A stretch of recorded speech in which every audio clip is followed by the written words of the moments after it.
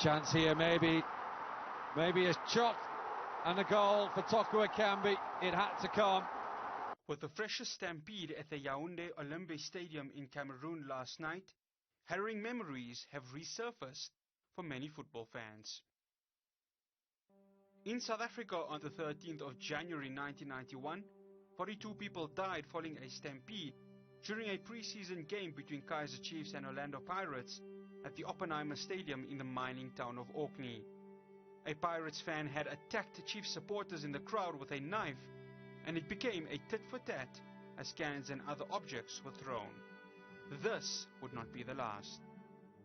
10 years later, at least 43 people were crushed to death when fans tried to force their way into the Ellis Park Stadium during a PSL derby match between the two Soweto rivals. In a 60,000-seater stadium, 30,000 more were trying to access the stadium, and when it became apparent the stadium could not take any more, security was overpowered and fans were crushed to death.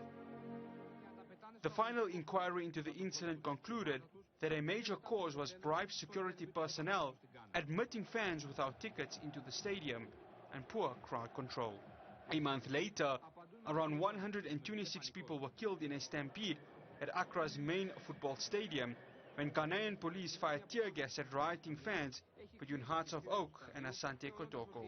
An official inquiry blamed police for overreacting with reckless behavior and indiscriminate firing of plastic bullets and tear gas. Across the continent, on the 29th of March 2009, at least 19 people were killed during a stampede at Abidjan's main stadium before a World Cup qualifying match between host Ivory Coast and Malawi. In February 2012, fans rioted at the end of a match between rivals Al Masry and Al Ahly in the city of Port Said. At least 73 people were killed and more than 1,000 injured, and the Egyptian league was suspended for 2 years.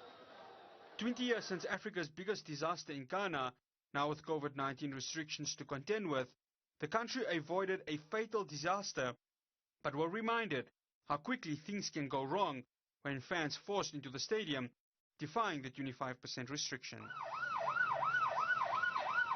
As the world witnessed what happened on Monday, the continent can hope that an incident like this will never happen again, as lives can never be lost for a sport Africa loves. For Newzroom Afrika Channel 405, I am Fahraaz Patel, Johannesburg.